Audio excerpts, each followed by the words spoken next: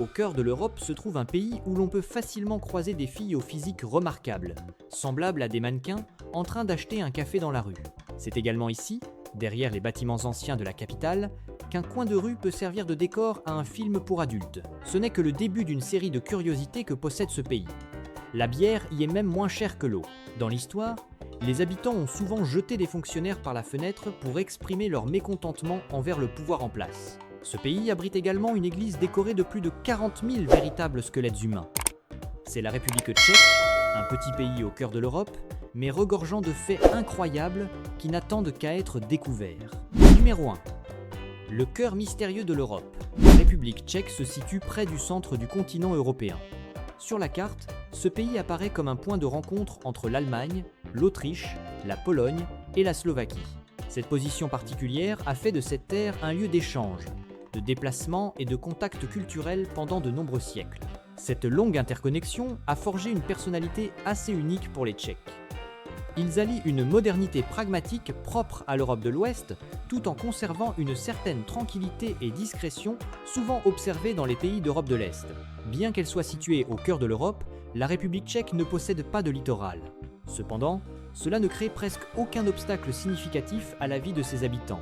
Le réseau ferroviaire et routier y est très développé, offrant des connexions pratiques avec de nombreux pays voisins. Depuis Prague, vous pouvez prendre le train et rejoindre Vienne en Autriche, Berlin en Allemagne ou Bratislava en Slovaquie en seulement quelques heures. Pour de nombreux Européens, il est tout à fait normal de passer la matinée à Prague et de se retrouver le soir dans un autre pays pour rencontrer des amis ou déguster quelques bières. La superficie de la République tchèque est également bien plus petite que ce que beaucoup de gens imaginent. L'ensemble du pays ne s'étend que sur environ 78 000 km², ce qui est inférieur à de nombreux États américains et à plusieurs grandes provinces asiatiques. Pourtant, sur ce territoire de taille modeste se trouvent plus de 2000 châteaux, forteresses et demeures anciennes. C'est l'un des endroits au monde avec la plus forte densité de constructions défensives historiques. Dans de nombreuses régions, il suffit de parcourir quelques dizaines de kilomètres pour apercevoir un vieux château émergeant au milieu des arbres ou se dressant sur des pentes rocheuses. L'origine de ce phénomène remonte à plusieurs siècles, lorsque la terre tchèque était divisée entre seigneurs, nobles et différentes dynasties régnantes. Chaque pouvoir souhaitait construire sa propre forteresse pour protéger son territoire et affirmer sa position. Ainsi, aujourd'hui, la République tchèque ressemble à un immense musée médiéval en plein air. D'un point de vue géographique et culturel, ce pays est souvent divisé en deux grandes régions, la Bohême et la Moravie. La Bohême, située à l'ouest, est célèbre pour ses vastes forêts, ses villes anciennes et ses châteaux en pierre au style traditionnel européen. C'est également là que se trouve Prague, la capitale connue sous le surnom de ville aux 100 tours.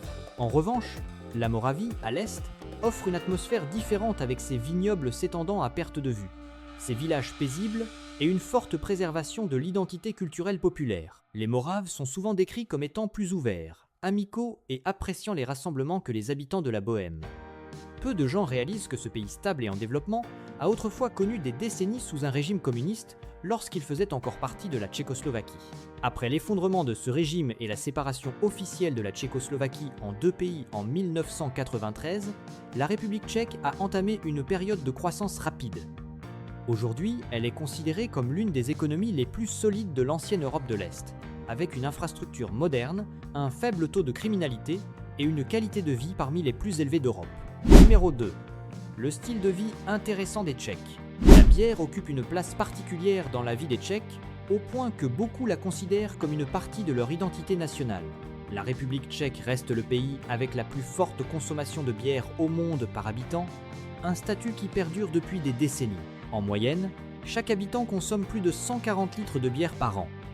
Ce chiffre signifie que pour de nombreux Tchèques, la bière fait presque partie de leur quotidien. Ici, la bière n'est pas simplement une boisson rafraîchissante, mais elle est également désignée par le terme intéressant de pain liquide, un élément qui accompagne les repas quotidiens. Ce qui surprend de nombreux visiteurs, c'est que le prix de la bière dans de nombreux endroits est souvent inférieur à celui de l'eau minérale ou des boissons gazeuses. Ainsi, il est tout à fait courant de voir des gens commander une bière pendant leur pause déjeuner ou après le travail. Bien que célèbre pour sa consommation massive de bière, la culture de la bière en République tchèque est assez différente de ce que beaucoup pourraient imaginer. Les brasseries traditionnelles offrent souvent une atmosphère détendue et calme.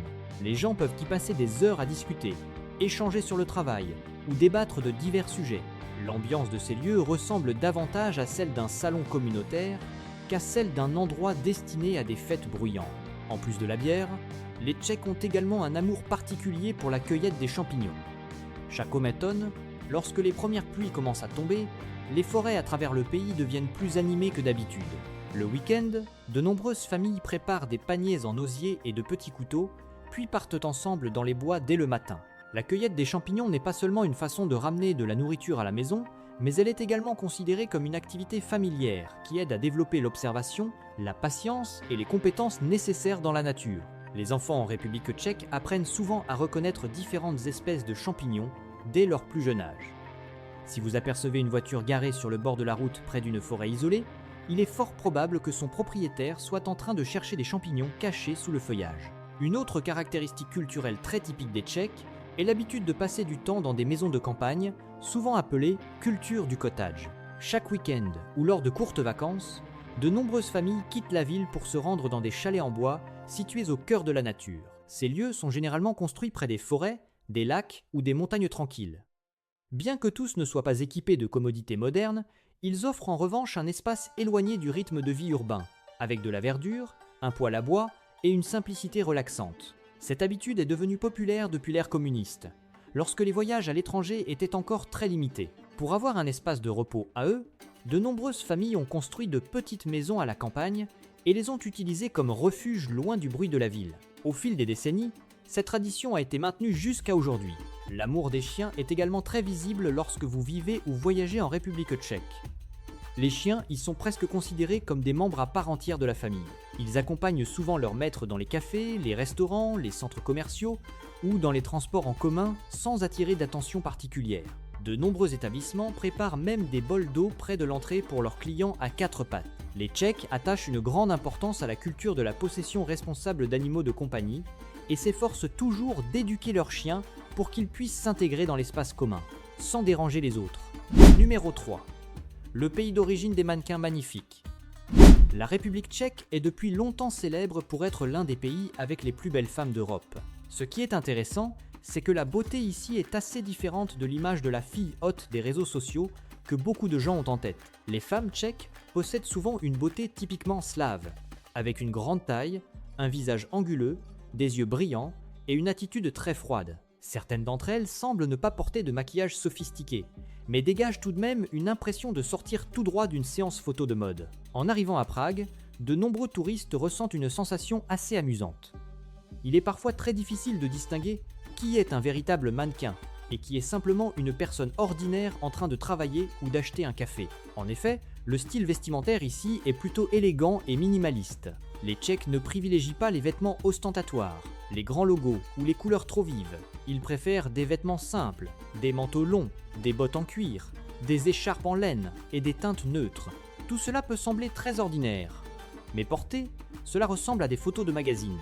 Une des raisons pour lesquelles l'apparence des Tchèques se démarque est qu'ils aiment énormément les activités en plein air. Le week-end, au lieu de rester chez eux à regarder la télévision toute la journée, beaucoup de gens partent faire de la randonnée, du vélo à travers les forêts ou du ski en hiver. La République tchèque possède d'innombrables sentiers de randonnée qui traversent des forêts, des collines et des petites villes, et il est tout à fait normal pour une famille de passer le week-end à marcher des dizaines de kilomètres. Ce mode de vie contribue également à ce que le taux d'obésité en République tchèque soit bien inférieur à celui de nombreux autres pays occidentaux. Ce qui surprend souvent les hommes étrangers, c'est que les femmes tchèques sont assez indépendantes et directes. Elles évitent généralement les communications indirectes ou de feindre une douceur selon les stéréotypes traditionnels. Si elles aiment quelque chose, elles le diront. Si ce n'est pas le cas, elles le diront aussi clairement. Dans de nombreux restaurants ou bars à Prague, il est tout à fait normal que les femmes paient leur part. Même si quelqu'un essaie trop de se montrer galant de manière imposante, cela peut parfois les agacer plutôt que de les impressionner. Certains touristes asiatiques ont partagé qu'ils ont été assez choqués culturellement lorsqu'ils ont rencontré pour la première fois des femmes tchèques en raison de leur froideur initiale. En général, les Tchèques n'apprécient pas trop les interactions sociales rapides et familières. Ils sourient peu aux inconnus et gardent souvent leur distance lors des premières rencontres. Mais une fois qu'ils se rapprochent, ils deviennent assez drôles et ouverts. Voulez-vous connaître des astuces pour faire connaissance avec ces magnifiques mannequins ? Si oui, laissez un commentaire avec le numéro 2 et je vous révélerai mes conseils. Numéro 4. un pays qui gagne de l'argent avec des choses inattendues. La République tchèque possède de nombreuses industries prospères grâce à des produits et services que peu de gens associent à ce pays. L'un des noms les plus emblématiques est Škoda, une marque de voitures omniprésente dans les rues d'Europe. Beaucoup de gens pensent à tort qu'il s'agit d'un constructeur allemand, car elle fait partie du groupe Volkswagen, mais en réalité, Škoda a été fondée en Tchéquie à la fin du 19e siècle. Les Tchèques considèrent cela comme une fierté nationale et la présence de cette marque est visible partout. Dans de nombreux pays européens, Škoda est très appréciée pour ses prix raisonnables, sa durabilité, ses faibles coûts de réparation et son aspect pratique. Il suffit de se déplacer entre Prague, Vienne ou Berlin pour réaliser combien de voitures Škoda circulent. Cependant, l'industrie automobile n'est pas le domaine qui surprend le plus les visiteurs lorsqu'ils découvrent l'économie tchèque.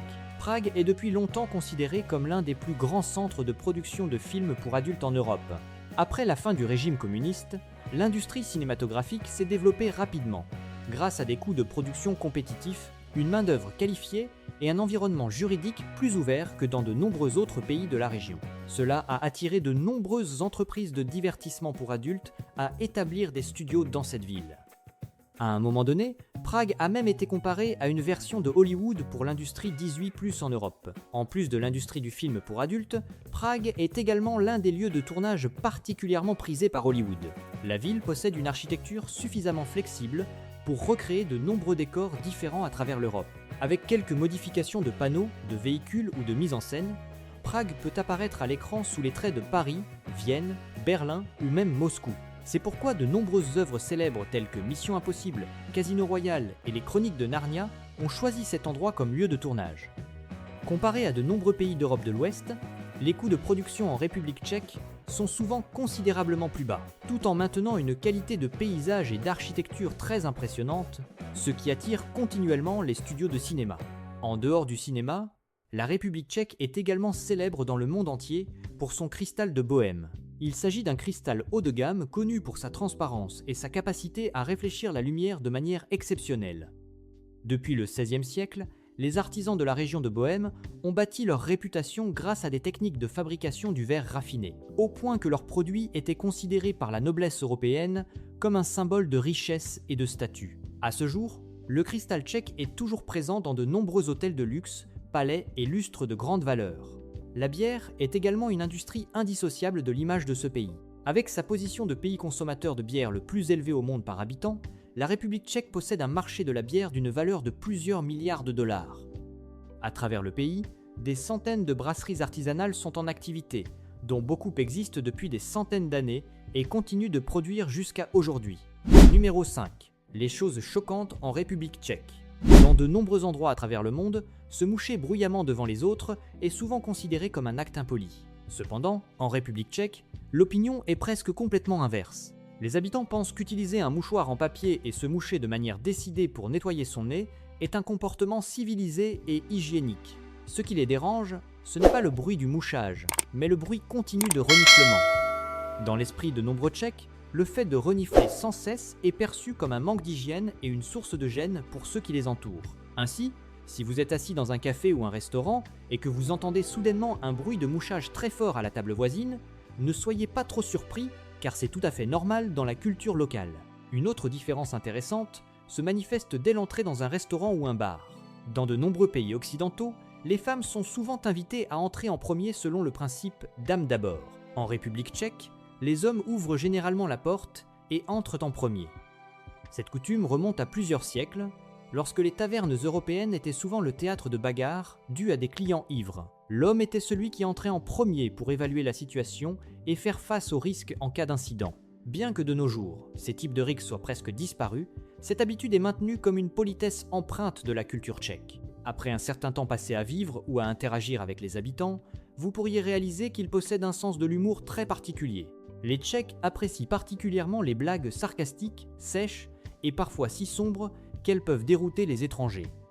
Des sujets tels que la maladie, les accidents, la guerre ou la politique peuvent devenir des matériaux pour des conversations humoristiques, tout en gardant un visage impassible. Pour de nombreux touristes ou étrangers, ce type d'humour peut sembler froid ou peu raffiné. Mais pour les Tchèques, c'est un moyen de réduire le stress et de faire face aux aspects désagréables de la vie. De nombreux étrangers éprouvent également un choc culturel lorsqu'ils sont invités chez des amis tchèques. Dans l'intimité de la famille, ils se montrent souvent très décontractés quant à leur tenue vestimentaire. Un père peut se promener en caleçon dans le salon, tandis que les autres membres de la famille vaquent à leurs occupations sans que personne ne se sente gêné ou mal à l'aise. Pour les Tchèques, la maison est un lieu de relaxation absolue après une longue journée, c'est pourquoi ils n'attachent pas une grande importance à s'habiller de manière soignée devant des proches. Le confort est souvent prioritaire. La langue représente également un défi non négligeable pour ceux qui souhaitent vivre ou travailler ici. Le tchèque est considéré par beaucoup comme l'une des langues les plus difficiles à apprendre en Europe. Certains mots ont une structure longue et contiennent très peu de voyelles, rendant la prononciation assez difficile pour les débutants. Le défi est encore plus grand, car tous les Tchèques ne parlent pas couramment l'anglais. À Prague, les jeunes communiquent souvent assez bien en anglais, mais dans de nombreuses autres régions ou dans les administrations, le tchèque reste la langue principale. Numéro 6. Un pays athée rempli d'églises. La République tchèque est l'un des pays qui suscite un sentiment d'opposition assez particulier lorsqu'il s'agit de religion. Selon de nombreuses statistiques, environ 70% à 80% de la population déclarent ne suivre aucune religion ou ne pas avoir l'habitude de participer régulièrement à des activités religieuses. Pourtant, il suffit de se promener dans n'importe quelle ville ou village pour apercevoir facilement des flèches d'église s'élevant haut dans l'horizon. Les édifices religieux sont si nombreux qu'ils semblent presque devenir une partie intégrante du paysage de ce pays. L'origine de ce paradoxe est liée à l'histoire tumultueuse des Tchèques. Dès le XVe siècle, le réformateur religieux Jan Hus a ouvertement critiqué les problèmes existants au sein de l'église de son temps. Son exécution par le feu a déclenché une série de conflits religieux qui ont duré plusieurs décennies par la suite. Au cours des siècles suivants, des empires étrangers, notamment l'empire austro-hongrois, ont continué à exercer leur pouvoir pour promouvoir le catholicisme sur les terres tchèques. Ce processus d'imposition prolongé a progressivement formé un sentiment de résistance chez une grande partie de la population. Pour beaucoup, le fait de ne pas s'attacher à la religion est devenu une manière d'exprimer leur désir de liberté et d'éviter toute influence spirituelle de la part de puissances extérieures.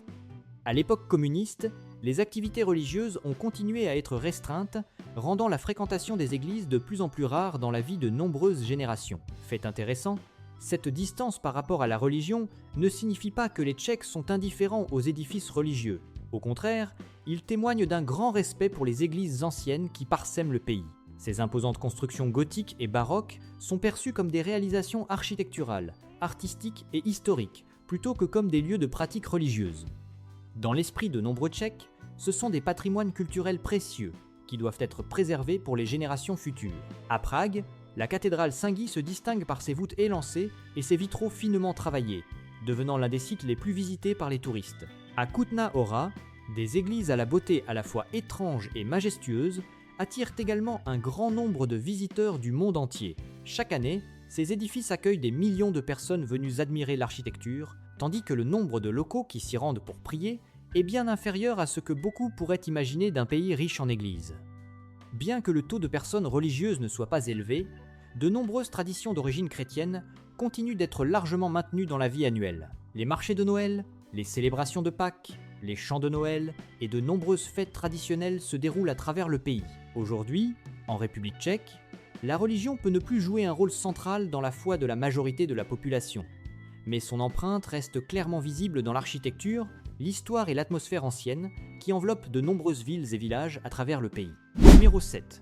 La capitale Prague ressemble au monde de la magie dans la vie réelle. Prague est l'une des rares villes d'Europe qui peut vous donner l'impression d'être entré dans un monde qui n'existe que dans des contes de fées.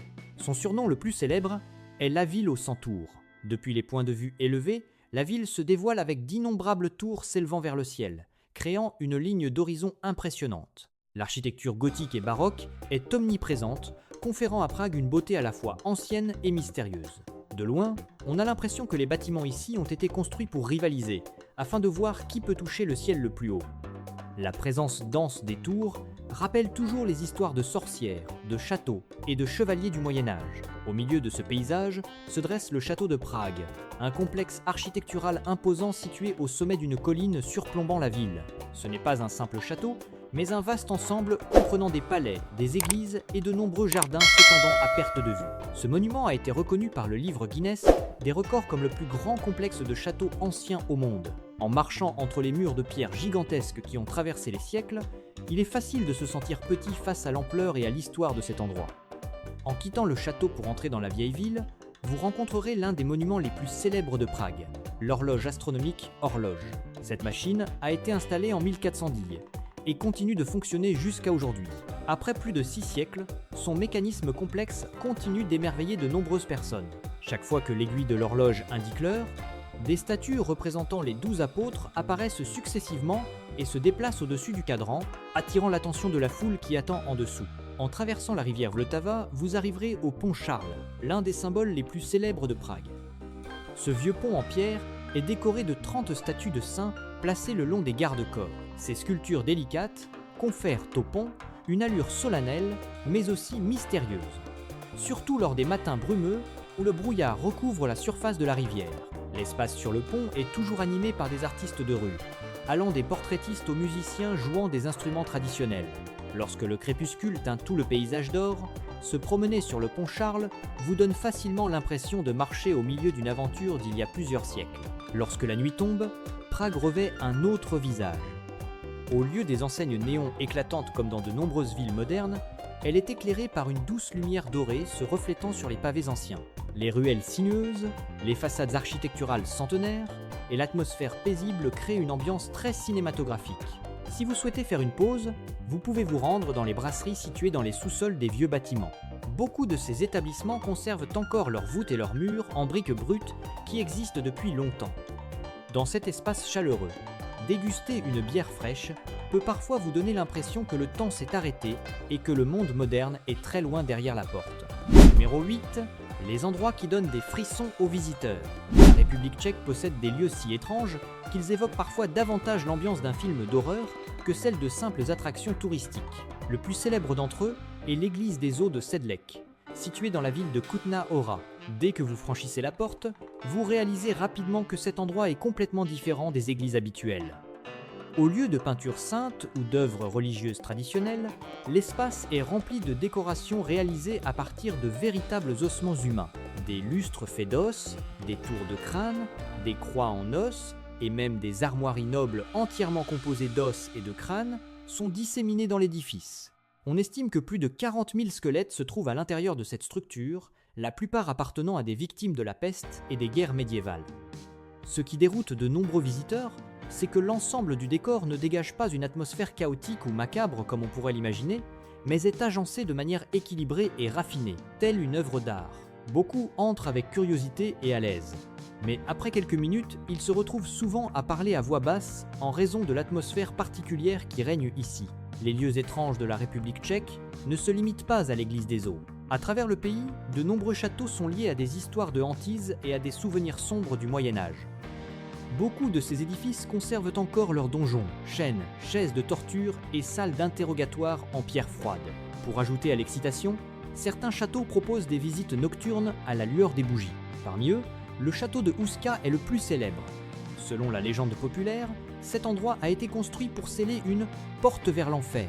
Les ancêtres croyaient qu'en dessous du château se trouvait un puits sans fond, d'où des créatures étranges émergeaient du sol. La peur était si grande qu'ils décidèrent de construire un château au-dessus pour le verrouiller. Ce qui rend l'histoire encore plus mystérieuse, c'est que Ušća n'est pas situé près d'une grande source d'eau, ne possède pas de système de défense remarquable et n'a pas de position militaire stratégique. Tout cela donne l'impression que cette structure a été érigée uniquement pour cacher quelque chose sous terre. À ce jour, cet endroit est toujours associé à de nombreux récits d'étranges bruits, d'apparitions dans les couloirs et de sensations désagréables que de nombreux visiteurs affirment avoir ressenties en descendant dans la zone du sous-sol.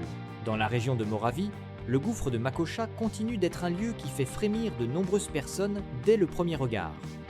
Il s'agit d'un énorme trou d'effondrement naturel de plus de 130 mètres de profondeur, situé au milieu d'une vaste forêt dont le fond est plongé dans l'obscurité lorsqu'on le regarde d'en haut. Le nom Makoša signifie « mer marâtre », tiré d'une légende sur une femme qui aurait tenté de pousser son enfant dans le gouffre avant de s'y jeter elle-même par peur et remords. Au fil des ans, cet endroit a également été associé à des suicides et à de nombreuses disparitions mystérieuses, ce qui a contribué à sa réputation sombre. Lors des journées de brouillard épais, le gouffre semble presque disparaître derrière un voile blanc, ne laissant que le son du vent résonner depuis le fond. Se tenir au bord du gouffre à ce moment-là est une expérience qui suffit à rendre les jambes lourdes, même sans avoir fait un pas de plus. Numéro 9. Un peuple qui adore se rebeller. Derrière l'apparence paisible et les villes anciennes de la République tchèque, se cache l'histoire d'un peuple qui a maintes fois défié le pouvoir. L'un des symboles les plus célèbres de cet esprit est lié à un acte qui semble presque incroyable: jeter un adversaire par la fenêtre. À plusieurs moments de l'histoire, lorsque les tensions avec les classes dirigeantes atteignaient leur paroxysme, les habitants de Prague ont souvent poussé des fonctionnaires et des représentants du pouvoir par les fenêtres des bâtiments publics. Cet événement s'est répété à tel point que l'histoire européenne a dû consacrer un terme spécifique à ce phénomène: la défenestration. La plus célèbre d'entre elles est survenue au début du XVIIe siècle, lorsque des nobles royaux furent jetés par la fenêtre d'un château en raison de désaccords religieux tendus. Cet incident est devenu l'une des causes directes du déclenchement de la guerre de 30 ans. Un conflit prolongé qui a profondément modifié le paysage religieux et politique de l'Europe. Cet esprit de résistance a continué à se manifester au XXe siècle, lorsque les Tchèques ont fait face à la pression de l'Union soviétique. En 1968, le mouvement connu sous le nom de Printemps de Prague a lancé une série d'efforts de réforme visant à établir une société plus ouverte et libre. Lorsque les chars soviétiques et ceux des pays du bloc de l'Est sont entrés dans la capitale pour mettre fin à ce processus, la population a choisi des formes de résistance déterminées. Ils se sont opposés aux soldats, ont secrètement modifié des panneaux de signalisation pour compliquer la tâche de l'armée et ont exprimé leur désaccord par une attitude de non-coopération plutôt que par la violence. Bien que le mouvement ait finalement été réprimé, l'esprit qu'il a laissé perdure dans la société tchèque et est devenu la base de transformation plus importante par la suite. 2 décennies plus tard, les Tchèques ont une fois de plus prouvé que la révolte ne doit pas nécessairement s'accompagner de violence. En 1989, la révolution de velours a éclaté et est rapidement devenue l'un des événements les plus marquants de l'histoire moderne du pays. Au lieu d'utiliser des armes, des centaines de milliers de personnes se sont rassemblées dans les rues, agitant des clés qui résonnaient dans les places publiques. Cette image symbolisait l'ouverture de la porte vers la liberté et la fermeture d'une époque révolue. La révolution s'est déroulée presque sans effusion de sang, mais a eu un impact énorme, forçant le régime en place à s'effondrer en un temps record. En regardant l'ensemble de ce parcours historique, on peut voir que l'esprit de résistance des Tchèques n'est pas simplement une impulsion passagère. C'est une combinaison de courage, de volonté indéfectible et de capacité à trouver des moyens de lutte peu conventionnels, permettant à un petit pays de créer à plusieurs reprises une influence dépassant sa taille. Numéro 10. Des festivals à la fois beaux et étranges. Les festivals en République tchèque contiennent de nombreuses coutumes si particulières que de nombreux visiteurs participant pour la première fois ont l'impression de pénétrer dans un décor d'il y a plusieurs siècles.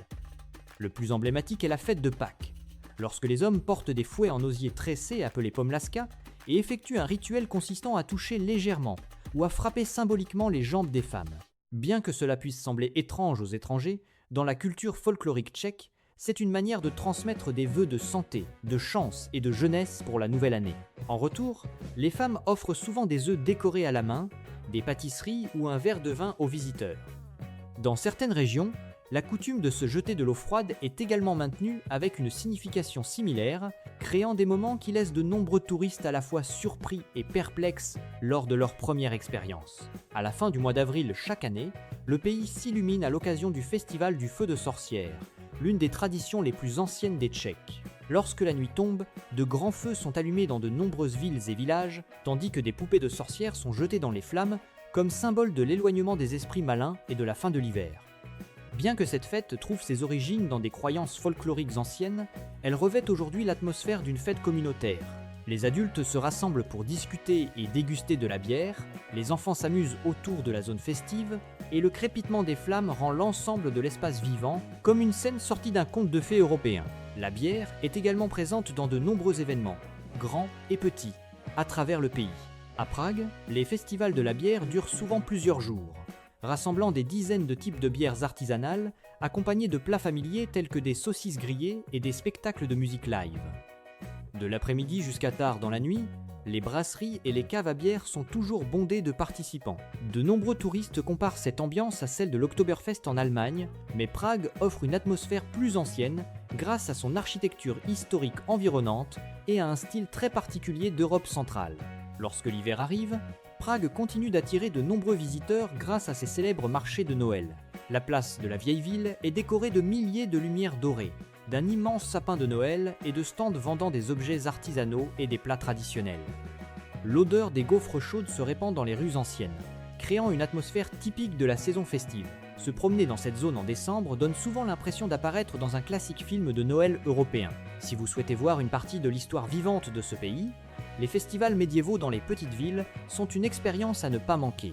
Pendant les jours de l'événement, des chevaliers en armure recréent des combats à cheval, tandis que les habitants portent des costumes reconstitués selon le style de plusieurs siècles auparavant. Toute la ville semble se transformer en une immense scène en plein air. Le son des tambours, des trompettes et des jeux folkloriques traditionnels résonnent partout, offrant aux visiteurs l'occasion de mieux imaginer la vie d'autrefois. Ces festivals montrent que l'histoire ne se trouve pas seulement dans les livres ou les musées, mais qu'elle est toujours présente de manière vivante dans la vie des Tchèques d'aujourd'hui. Si vous trouvez ces faits sur la République tchèque plus intéressants que vous ne le pensiez, n'oubliez pas de laisser un like pour soutenir la chaîne. Et si vous avez des amis qui adorent explorer et s'intéressent à des pays peu mentionnés mais pleins d'histoires incroyables, n'hésitez pas à partager cette vidéo avec eux. Abonnez-vous à la chaîne pour ne pas manquer les prochaines vidéos, car il y a encore beaucoup d'endroits étranges dans le monde dont Internet n'a pas encore tout dit.